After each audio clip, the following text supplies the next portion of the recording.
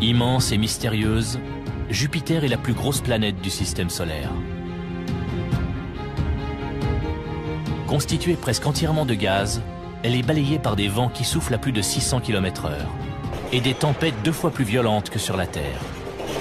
Pourtant, elle pourrait nous aider à comprendre le mécanisme de formation des planètes. Et l'un de ses principaux satellites détient peut-être la réponse à la question que l'homme se pose depuis des siècles. Ces vastes étendues de glace ne dissimulent-elles pas des formes de vie extraterrestres? Les progrès en matière d'exploration nous livrent peu à peu les secrets de ce monde énigmatique, Jupiter.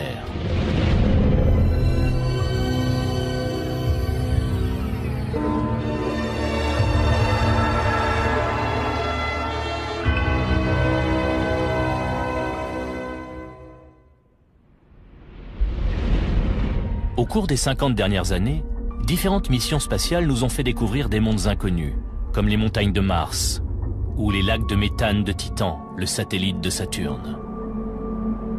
Mais une planète en particulier nous fascine, la plus grosse de toutes, Jupiter.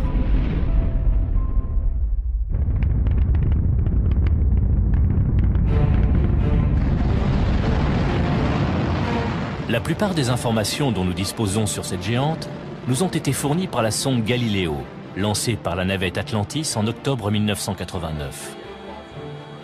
Chaque nouvelle découverte est un pas de plus vers une meilleure compréhension de cette planète et de ses lunes, les satellites galiléens, mais aussi de la formation de tout le système solaire.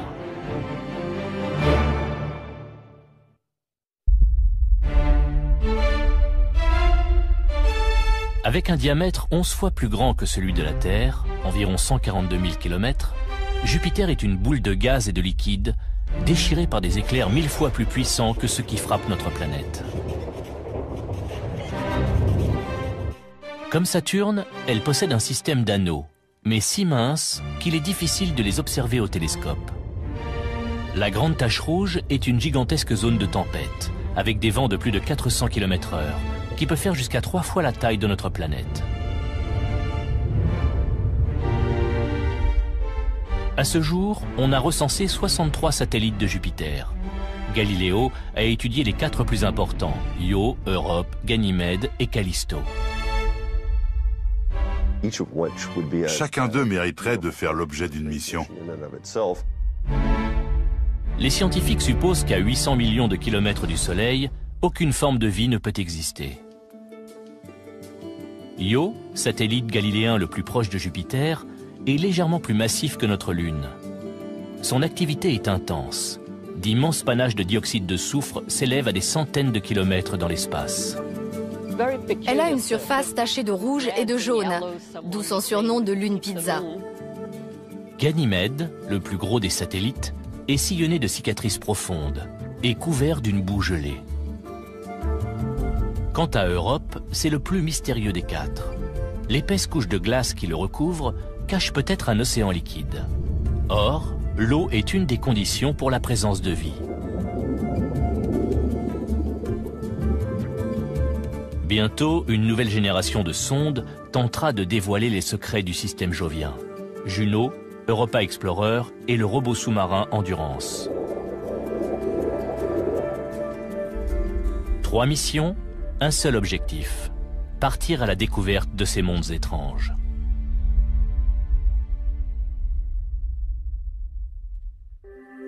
Avant le lancement de Galileo, nous étions condamnés à regarder Jupiter de loin. Puis, dans les années 1970 et 1980, Pioneer et Voyager nous ont envoyé les premières images de Jupiter et de ses lunes, soulevant du même coup d'innombrables interrogations. Comment Jupiter s'est-elle formée? Qu'est-ce qui déclenche ces tempêtes titanesques? Et pourquoi ces lunes sont-elles toujours actives sur le plan géologique?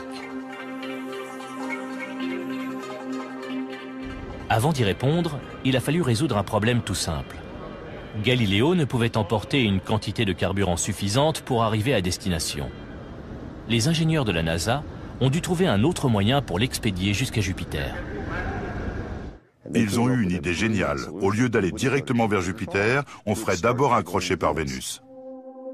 En passant à proximité de Vénus, puis de la Terre, et en utilisant l'effet de fronde gravitationnelle, Galiléo s'est rechargé de l'énergie nécessaire pour se propulser vers Jupiter.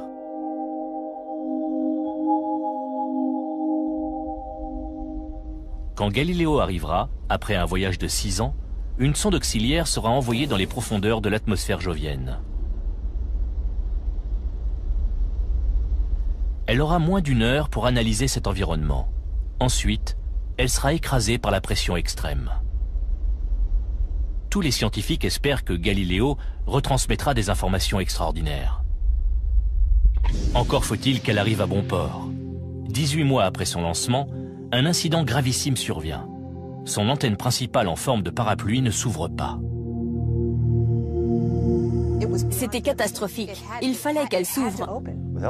On pensait que sans l'antenne, la sonde serait incapable d'accomplir sa mission. Depuis la Terre, les ingénieurs de la NASA tentent de réparer la panne.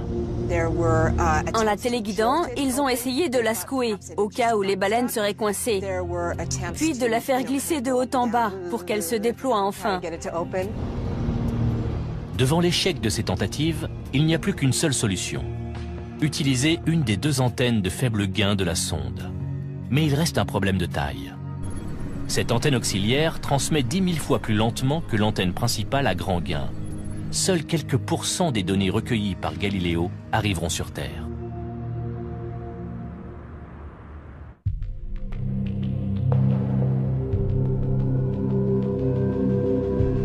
Durant la dernière phase d'approche, Galiléo va assister par hasard à la collision entre une grosse comète et Jupiter.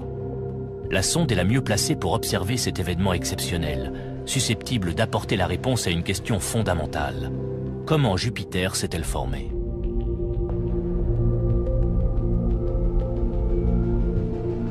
Jusque-là, les scientifiques pensaient qu'elle était constituée de fragments laissés après la formation du Soleil, sorte de planète primitive figée dans le temps. Dans ce cas, la composition chimique du Soleil et de Jupiter devrait s'avérer très proche. L'impact de la comète projettera dans l'espace les composants chimiques de la surface de Jupiter, et leur analyse permettra de confirmer ou d'infirmer cette théorie. L'attente des chercheurs va être comblée au-delà de toute espérance. C'était une occasion unique d'assister à la collision entre 2 corps du système solaire. On a assisté en direct à l'événement. La comète a été baptisée Shoemaker-Levy, ou SL9. L'astronome amateur David Levy est un de ses découvreurs. C'était la première fois qu'une comète s'écrasait sur une planète. Du moins, la première fois qu'on y assistait.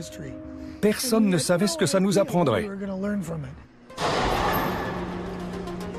Le grand jour, tous les télescopes sur Terre et dans l'espace sont braqués sur Jupiter.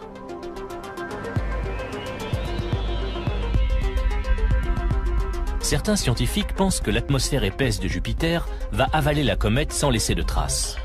D'autres espèrent que le choc éjectera de la matière provenant du cœur de la planète, fournissant des indices essentiels sur sa composition. Le plus gros corps du système solaire heurté par une comète minuscule. La majorité des scientifiques pensaient que ça ferait juste pchit. Quelle chance on a eue! Sous l'effet de la force d'attraction de Jupiter, la comète se désintègre en 20 fragments, dont certains de plus d'1,6 km de long, qui foncent vers la planète gazeuse. Sur Terre, les astronomes du monde entier vont assister à un spectacle étonnant.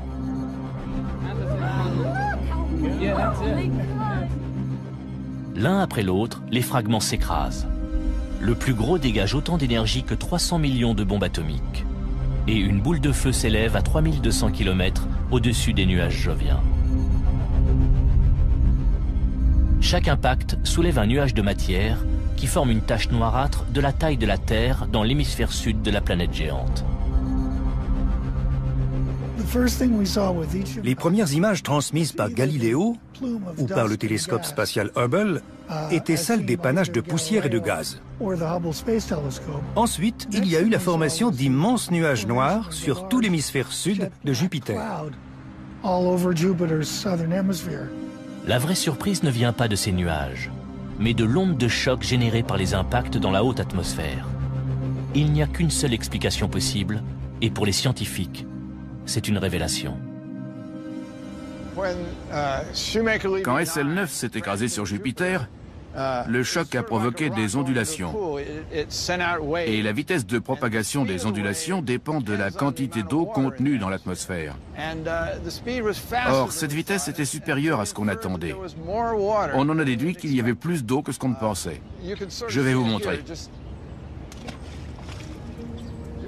Vous voyez les ronds dans l'eau. Leur vitesse de propagation nous a fait comprendre qu'il y avait plus d'eau que prévu. Cette découverte inattendue signifie que la composition de Jupiter diffère de celle du Soleil, ce qui remet en cause les théories sur sa formation. Les scientifiques vont devoir trouver autre chose. Mais pour cela, ils seront obligés de patienter 17 mois. Date à laquelle Galiléo arrivera à destination et analysera directement la composition chimique de Jupiter.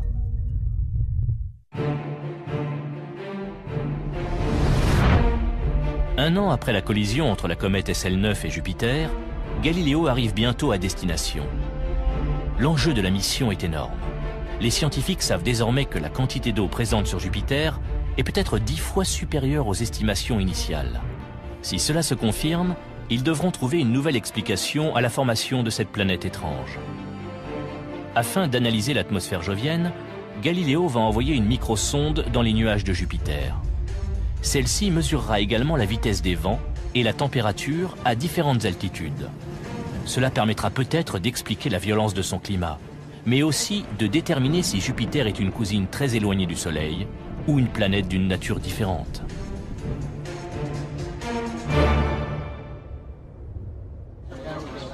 Le centre de contrôle déclenche la mise à feu de 3 boulons explosifs. La microsonde se détache de Galiléo et entame sa descente vers l'atmosphère jovienne. Une fois la sonde auxiliaire en route, Galiléo remet ses moteurs en marche et se place en orbite autour de la géante gazeuse. Les images transmises sont des milliers de fois plus détaillées que toutes celles qu'on a pu voir jusqu'alors. Mais 2 mois plus tard, nouvel incident. L'enregistreur tombe en panne. Les ingénieurs se sont rendus compte que quand il fonctionnait à très grande vitesse, la bande avait tendance à chauffer et à coller. On a reconfiguré l'appareil de manière à le faire tourner à faible vitesse et à n'utiliser qu'une partie de ses capacités. Ces 2 incidents, l'antenne et le magnétophone, ont singulièrement limité la quantité de données et leur vitesse de retransmission. Cette seconde panne porte un coup dur à la mission. 5 mois ont passé depuis que Galiléo a lancé la microsonde. Bientôt, elle s'enfoncera dans l'atmosphère de la planète pour mesurer entre autres la quantité d'eau qu'elle contient.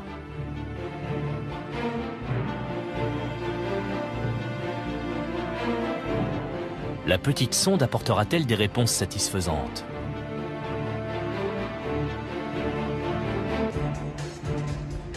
Elle va pénétrer dans l'atmosphère à plus de 170 000 km/h. À cette vitesse, elle relierait Paris à Berlin en moins de 30 secondes. Jupiter est si grosse qu'elle accélère tout objet à une vitesse énorme. Le problème majeur pour une sonde, c'est de résister à la chaleur et de ne pas s'enflammer. La microsonde va devoir supporter une température de plus de 15 500 degrés, 2 fois plus que celle de la surface du Soleil. C'est une quantité d'énergie comparable à celle dégagée par une explosion nucléaire. La microsonde doit entrer dans l'atmosphère jovienne en respectant un angle bien précis. Si elle arrive trop à la verticale, elle s'enflammera. Si elle arrive en rasant la surface, elle ricochera comme un caillou sur l'eau. On avait calculé exactement le bon angle d'entrée et elle était protégée par un grand bouclier thermique. Malgré cela, tout le monde était très tendu. Pendant 2 minutes, les freins aérodynamiques ralentissent la sonde à la vitesse du son. Après quoi, le parachute de freinage se déploie. Puis, c'est le silence. Quand une sonde entre dans l'atmosphère, on perd momentanément le contact radio à cause de la chaleur générée par la friction.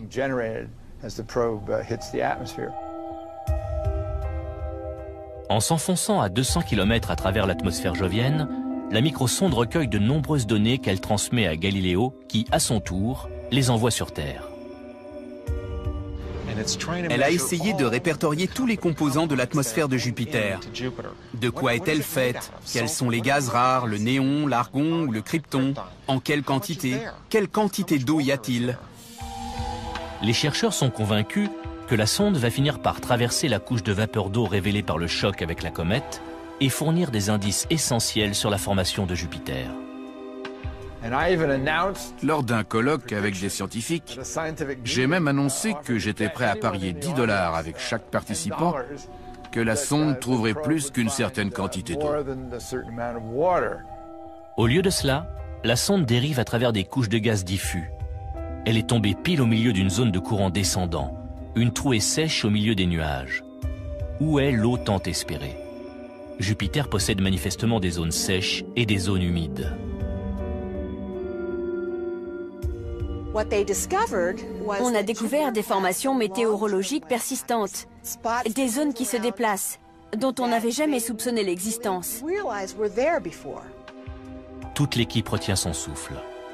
La sonde continue de descendre, mais toujours aucun signe de présence d'eau.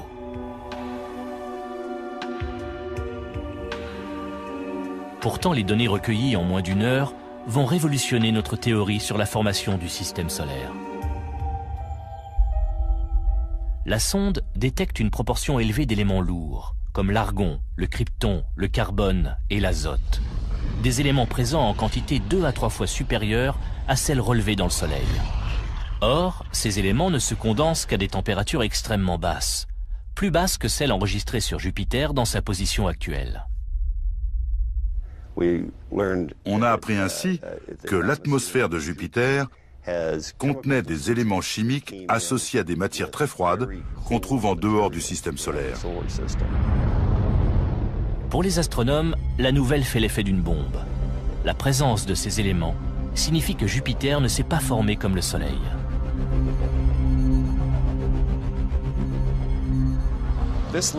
Cette microsonde a réduit à néant toutes nos théories sur la formation des planètes. On n'avait rien compris au processus ni au système solaire primitif. La communauté scientifique est sous le choc. La géante gazeuse aurait-elle pu se former à l'extérieur du système solaire, dans un environnement plus froid, avant de migrer jusqu'à sa position actuelle? À moins que les éléments lourds et l'eau n'aient été apportés par des comètes et des astéroïdes. Au bout de 58 minutes, la sonde cesse d'émettre et prend feu en rentrant dans l'atmosphère basse de Jupiter. Elle a fourni des renseignements inestimables sur la planète, son atmosphère et sa formation. Mais de nombreuses interrogations subsistent.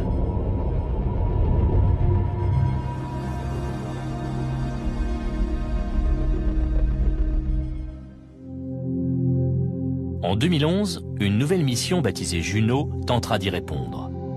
La sonde observera la planète de plus près et recueillera davantage d'informations. D'ici là, le mystère reste entier, puisque la microsonde de Galiléo n'a pas pu déterminer quelle quantité d'eau se trouve sur Jupiter. Juno tentera une approche différente. Grâce à un radiomètre micro-ondes dernier cri, elle cherchera la présence d'eau sur toute la planète. Les chercheurs espèrent ainsi découvrir les données qui permettront d'en savoir davantage sur sa formation.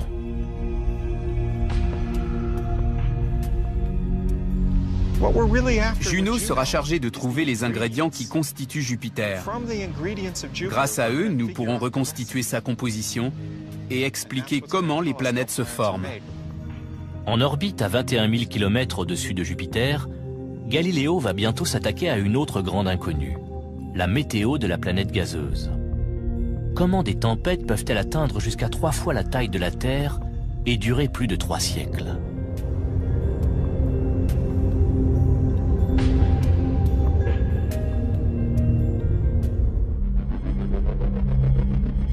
Jupiter connaît un maelstrom de nuages tourbillonnants, d'éclairs et de tornades d'une violence inouïe. Sur la Terre, ce genre de manifestation est déclenché par la chaleur solaire. Mais Jupiter est à plus de 800 millions de kilomètres du Soleil. Il doit donc y avoir une source d'énergie qui alimente ces phénomènes. La principale caractéristique de Jupiter est la grande tache rouge. Une tempête dont les nuages culminent à 8 km au-dessus de l'atmosphère jovienne et surplombent une sorte de magma d'éléments chimiques. La tache est rouge parce que les composants chimiques emprisonnés au centre ont été cuits par les rayons ultraviolets et sont devenus rouges. Les astronomes ont constaté la présence de la grande tache rouge depuis au moins 300 ans. Sur Terre, même les ouragans les plus importants ne durent pas plus de 2 semaines. Comment se fait-il que la tempête la plus violente du système solaire fasse rage depuis des siècles? Les scientifiques pensent trouver des éléments de réponse en étudiant ces orages plus modestes. Au départ, ils pensaient filmer en action la grande tache rouge et d'autres tempêtes. Ils espéraient ainsi décortiquer les mécanismes de ces anticyclones turbulents. Mais avec l'antenne principale à grand gain hors service, cette solution s'avère impossible. Les ingénieurs sont obligés de mettre au point une nouvelle méthode d'observation. Au lieu de filmer en continu pendant des heures, on a décidé de saucissonner l'opération. On a observé la tache rouge pendant une période donnée à plusieurs heures d'intervalle et on a mis les images bout à bout. La sonde est braquée sur une zone de turbulence émaillée de petites taches blanches causées par ce qu'ils pensent être des convections, des courants ascendants rapides. Pour prouver qu'il s'agit bien d'orages, les scientifiques doivent localiser une autre caractéristique jovienne. Des éclairs 1000 fois plus puissants que sur Terre, visibles uniquement de nuit.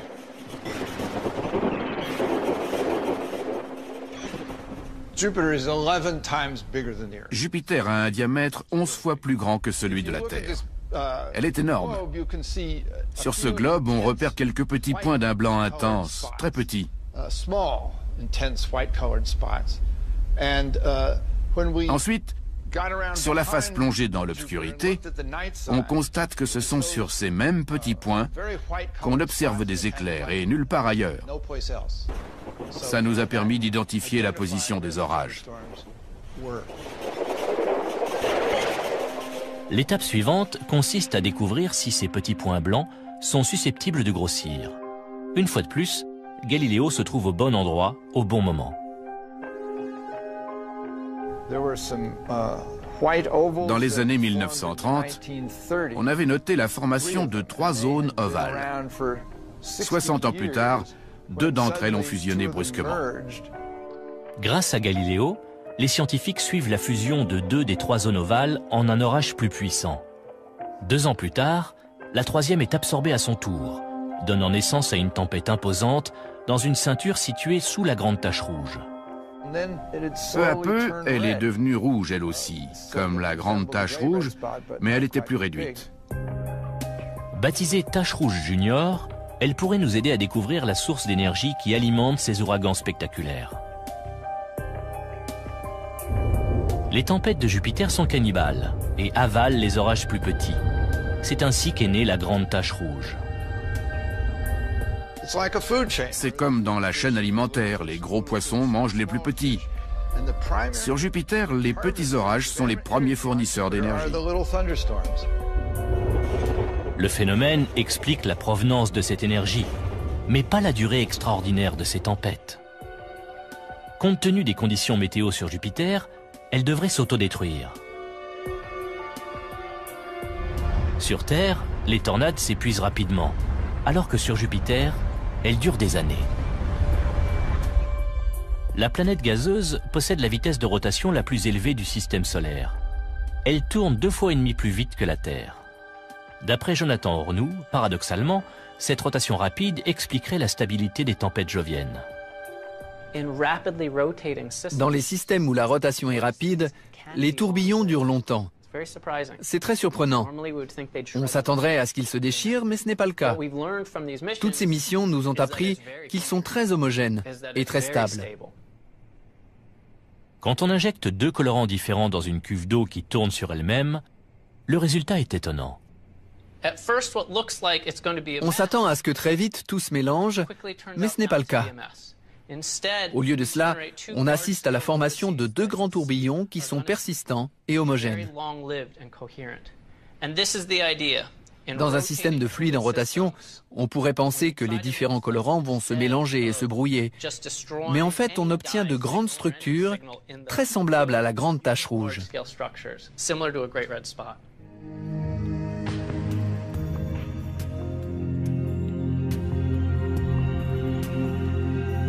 La sonde a montré pourquoi les tempêtes joviennes sont aussi grandes et durent aussi longtemps. Mais les scientifiques peinent toujours à expliquer la caractéristique la plus remarquable de Jupiter. Des bandes parallèles de couleur rouge, blanche et marron. On a longtemps supposé que certaines couleurs correspondaient à des gaz ascendants et d'autres à des gaz descendants. Aujourd'hui, on en est moins sûr. L'atmosphère de Jupiter s'étend sur plusieurs centaines de kilomètres, mais seule la couche supérieure est visible. Là, des vents extrêmement rapides soufflent dans des directions opposées, et ce sont eux qui étirent ces formations colorées sur tout le pourtour de la planète. Les bandes colorées sont liées à un mouvement vertical. Les observations ont montré que certaines s'élevaient tandis que d'autres descendaient. Il est possible que les mouvements ascendants et descendants se produisent à des niveaux différents dans les mêmes bandes.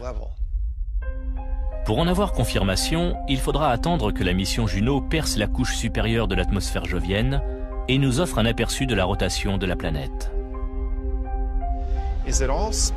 Tourne-t-elle sur elle-même d'un seul bloc comme la Terre?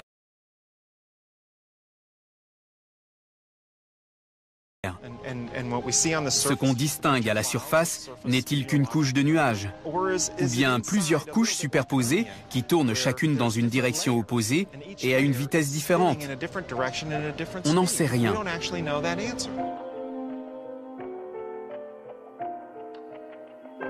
Juno tournera autour de la planète 32 fois, et chaque révolution durera 11 jours.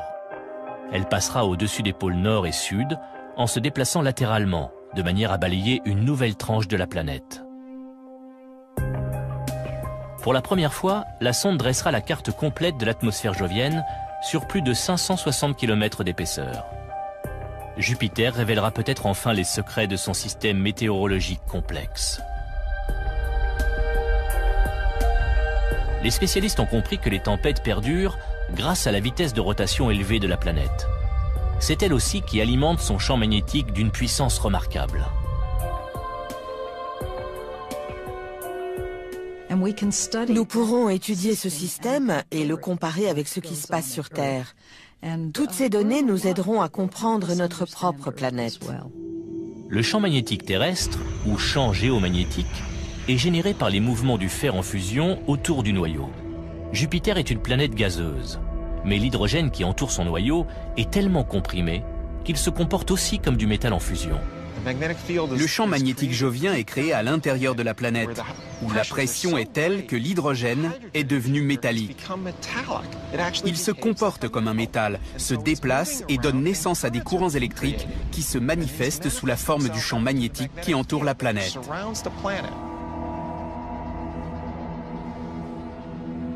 Ce champ magnétique est d'une puissance colossale. La magnétosphère s'étend jusqu'à Saturne et au-delà, et retient des particules ionisées et des gaz. Elle est immense, de 50 à 100 fois la taille de Jupiter. Et sous l'effet des vents solaires, sa queue s'allonge jusqu'à l'orbite de Saturne. La magnétosphère jovienne est le plus grand champ magnétique céleste du système solaire. Si nous pouvions la distinguer à l'œil nu depuis la Terre, elle apparaîtrait plus grosse que la Lune. Elle est assez puissante pour détourner le flux constant de soufre émis par les volcans géants de son satellite le plus proche, Io.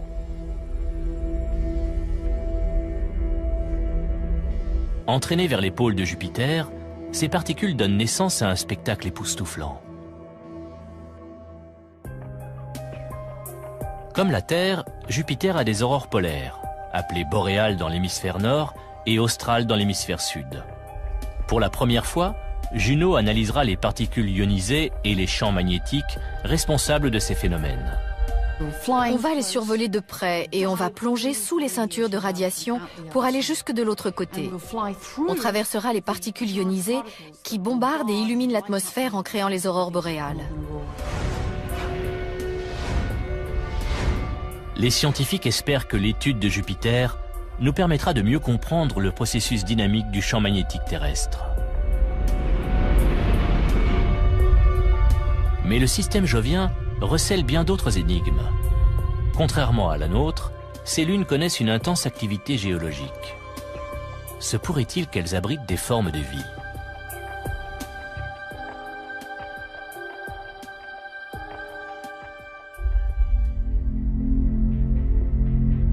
Une soixantaine de satellites connus orbitent autour de Jupiter, dont certains sont assez grands pour être considérés comme des planètes à part entière. Eux aussi ont leur part de mystère. En général, les planètes et les lunes de petite taille se refroidissent plus vite. Comment expliquer que ces lunes soient si chaudes et toujours actives sur le plan géologique?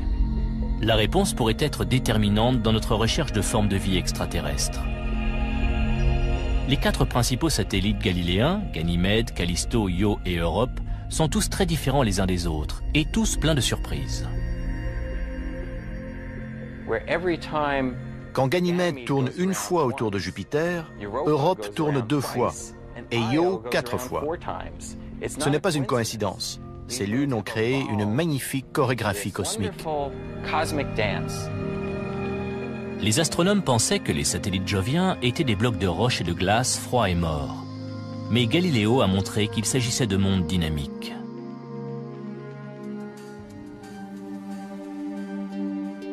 Première étape pour la sonde, Ganymède, la plus grande lune du système solaire.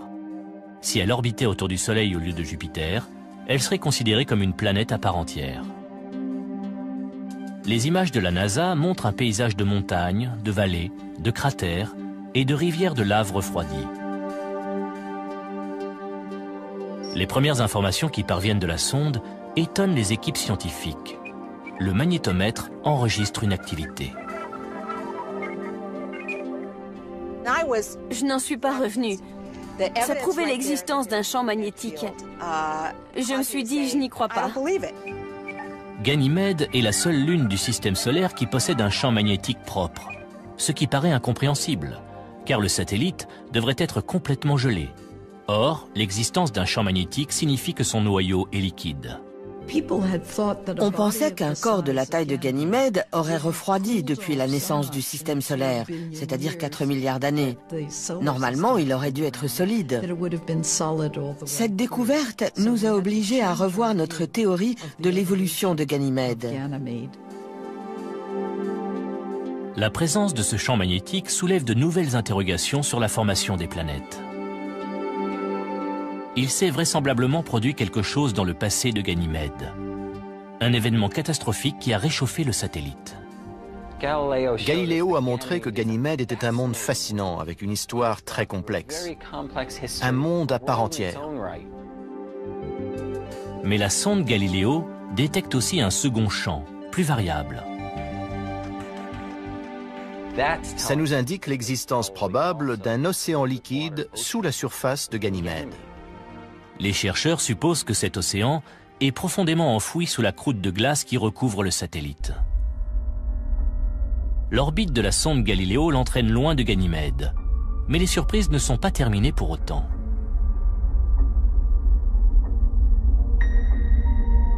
Étape suivante, le plus éloigné des satellites galiléens. Callisto. Cette boule froide et rocheuse recèle elle aussi bien des secrets. C'est la plus ancienne lune du système solaire, et elle est littéralement criblée de cratères produits par la chute de météorites. Certains présentent des bords étrangement brillants qui déconcertent les scientifiques. On dirait que le matériau sombre de la surface a été érodé, mettant au jour un matériau plus clair. Rien de tel n'a jamais été observé sur Terre. Quelle est la nature de ce matériau et pourquoi s'est-il affaissé? Après un examen plus approfondi, Callisto s'est avérée beaucoup plus intéressante qu'on ne le pensait au départ. Sa température à la surface est de moins 172 degrés. Et pourtant, les données transmises par la sonde semblent indiquer que Callisto n'est pas complètement gelé. Galileo a détecté un champ magnétique très faible qui laisse penser que le satellite possède lui aussi un océan.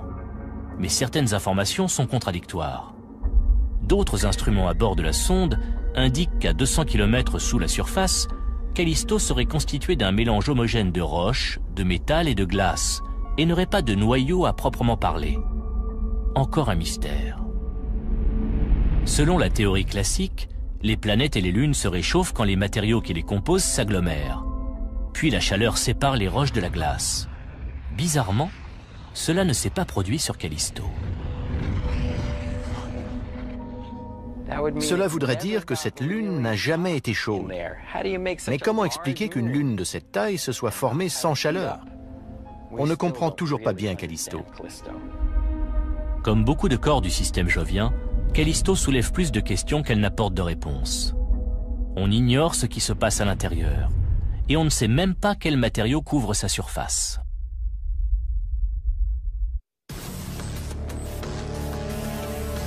L'histoire de la troisième lune de Jupiter est tout aussi déroutante. Io est sensiblement de la même taille que notre lune, et c'est la plus proche de Jupiter. C'est aussi le corps céleste le plus actif du système solaire. Il compte plus de 400 volcans, dont certains mesurent jusqu'à 200 km de diamètre. Si on pouvait survoler Io, ce serait un spectacle extraordinaire.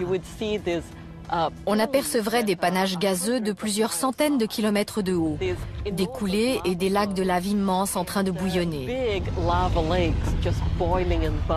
Sa surface est très curieuse. On dirait une pizza. La surface d'Io est sans arrêt remodelée par l'activité volcanique intense.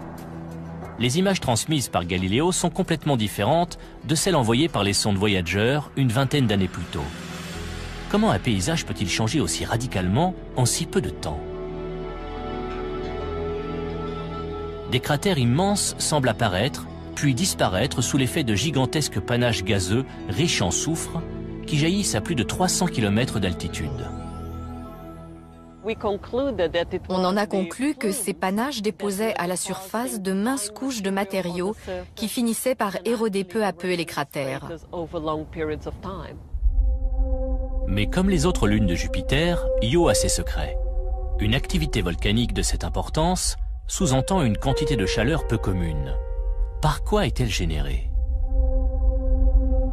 À 800 millions de kilomètres du Soleil, Io devrait être froide. Or, c'est loin d'être le cas.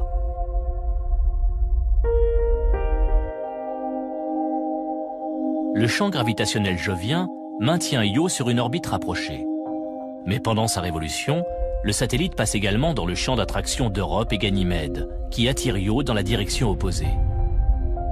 Ceci entraîne un phénomène de déformation qui provoque une chaleur intense. Lorsque les grandes lunes de Jupiter orbitent simultanément autour de la planète, ça provoque un mécanisme de tiraillement, de poussée et de compression. Ce sont ces mouvements qui génèrent un échauffement important par friction et qui font fondre les roches volcaniques sur Io. Ça déclenche un effet de marée très semblable à celui de la Lune sur les océans terrestres. La différence est que la surface d'Io se soulève de plus de 90 mètres. Imaginez ce que ça donnerait si l'écorce terrestre se soulevait de 90 mètres à Los Angeles. Pour les scientifiques, c'est une nouvelle surprise. Un satellite façonné par des forces si puissantes qu'il s'étire comme un caramel mou. Mais aussi étonnant soit-il, Io n'est peut-être pas le plus étrange des satellites galiléens. La dernière étape sur le chemin de Galiléo est Europe.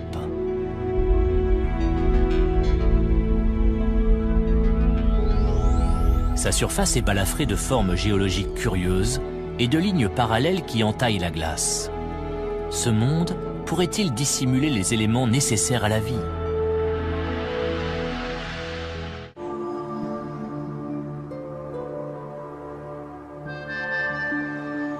Les images d'Europe transmises par les missions précédentes révèlent une lune d'un blanc rosé.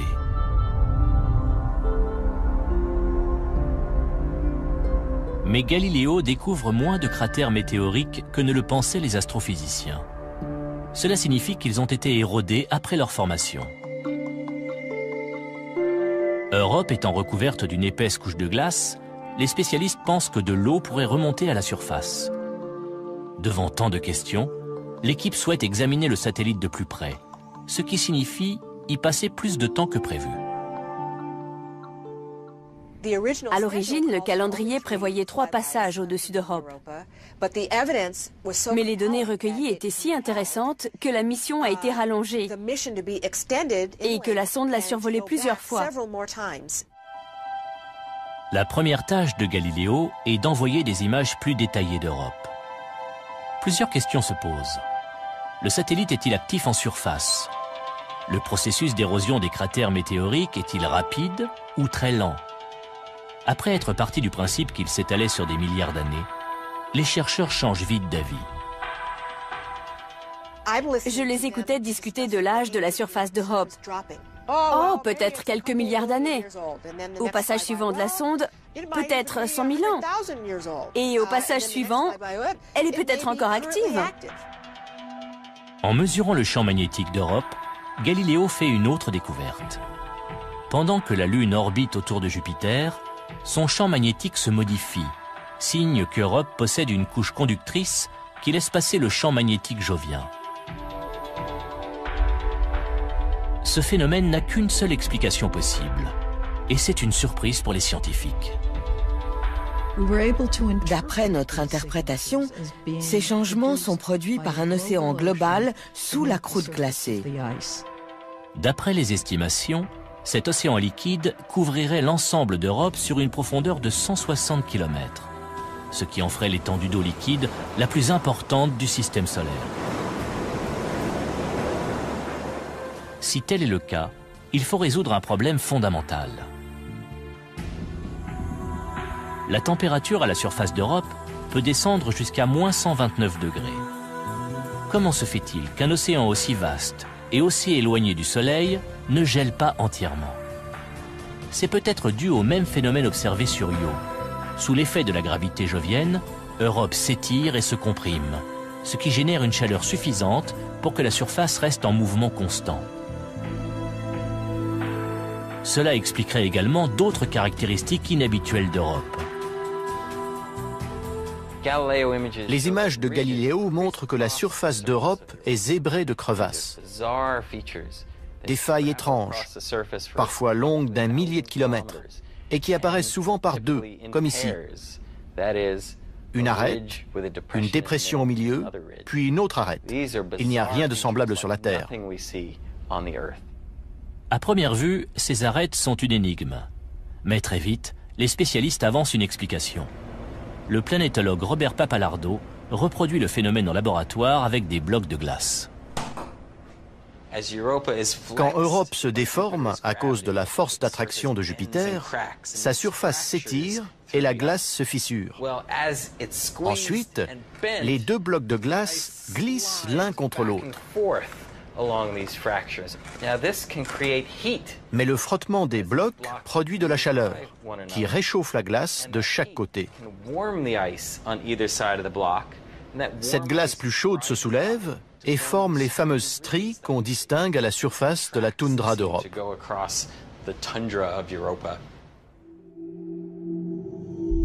Ce monde en mouvement constant est une preuve de l'existence d'une source de chaleur sous la glace.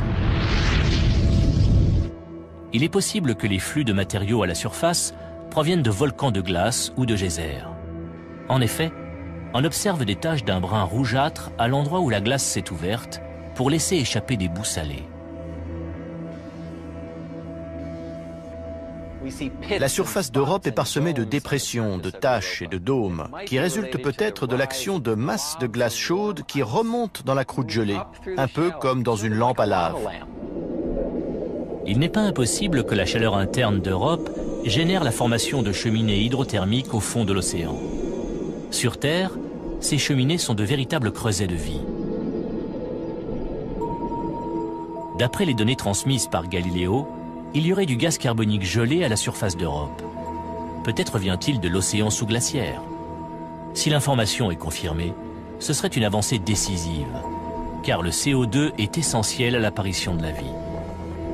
Mais y en a-t-il pour autant sur Europe? Là où il y a de l'eau, il y a des chances pour que la vie et les ingrédients nécessaires à la vie existent. Sur Europe, justement, on trouve tout cela. Si nous trouvons une forme de vie dans l'océan sous la surface d'Europe, ce sera une avancée prodigieuse qui nous permettra de comprendre si nous sommes seuls ou non dans l'univers.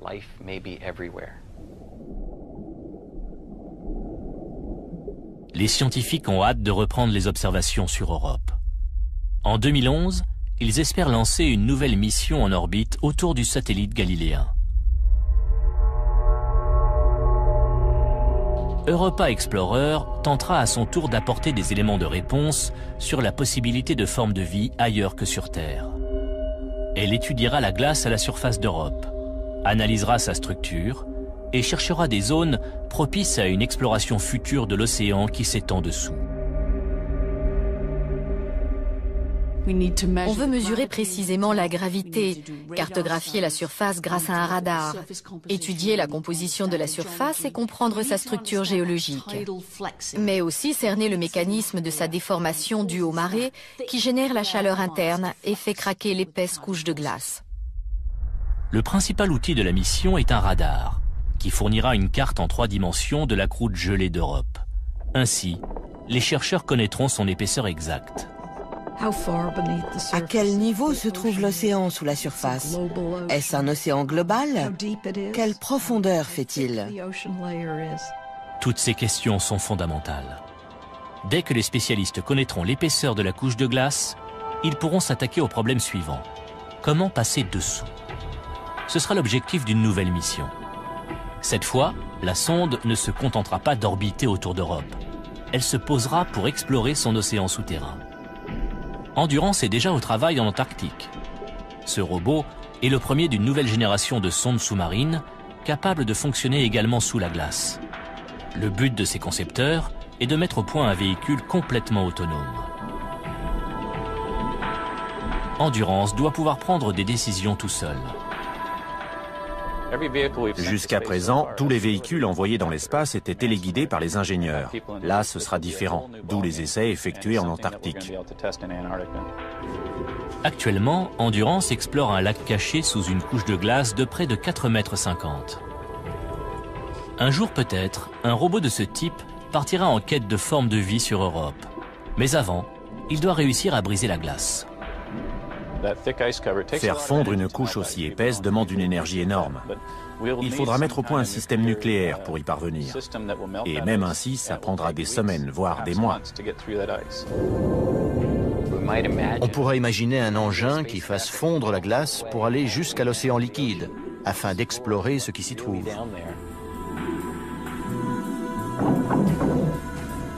L'existence d'une forme de vie sur une autre planète serait une des plus grandes découvertes de tous les temps.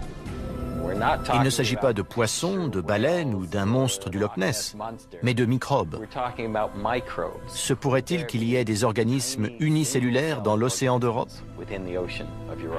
Même si on ne trouvait qu'une bactérie, ce serait extraordinaire. Mais qui sait, peut-être y a-t-il des formes de vie plus sophistiquées là-dessous. Trouver des organismes, même primitifs, aurait des répercussions profondes. Si la vie existe dans les océans sur Europe, ça voudra dire qu'elle existe probablement dans presque tous les environnements riches en eau. Ce serait une découverte incroyable.